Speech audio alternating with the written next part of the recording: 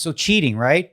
This isn't new. No. Anytime there's been money involved, especially with a game like poker, there's always been those that have tried to be like nefarious and cheat. Like I was just, Even when they don't have to. That's the thing Yeah. that fascinates me. Rich people cheating. Sure. I just Crazy. finished reading an audiobook. Actually, I'm actually the voice for the audiobook. It's called Confessions of a Crossroad Gambler. And it's about a guy in the 30s who learned how to cheat. And he talks about all these great cheating stories where he was cheating other cheats. He ended up going to Vegas and getting hired by Jack Binion to run security. And he's responsible for, at roulette, when they have that soft cushion on the back that is like sporadic, he built that. Because he could roll the dice. If they didn't have that, he could roll the dice and at a high frequency, roll a 7 or whatever he needed to roll. So it's always been around, right? The sophistication and the tools available are becoming more and more advanced. And it's a cat and mouse game, right?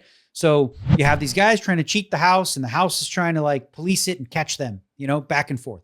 Same thing's happening now, both live and online, right? Online, there's going to be people who try to do things.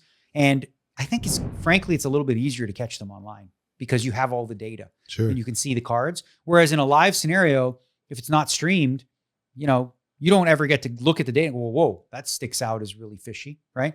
So I have some faith in like the tools being, developed there and those people getting caught.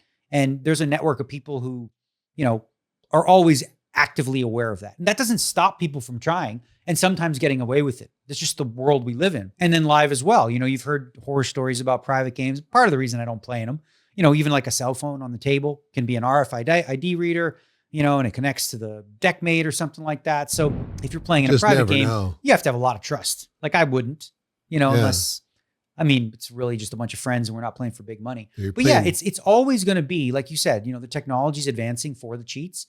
Technology is also advancing for the people who run the games too. To catch the cheats. Yeah. So it's going to be a cat and mouse. They're going to do something, and then we got to figure out how to, plug that hole, if you will. And they'll find another loophole. I'm like, I don't know, we got you here. And one of the important things, because people always want to know, like, what are the security measures that you take? Well, you can't tell them. You can't say so publicly because then you say, or you wake them up.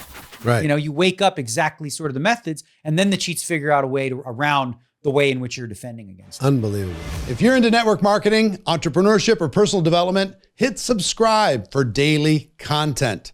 Don't miss out. We've got you covered every single day. Let's grow together.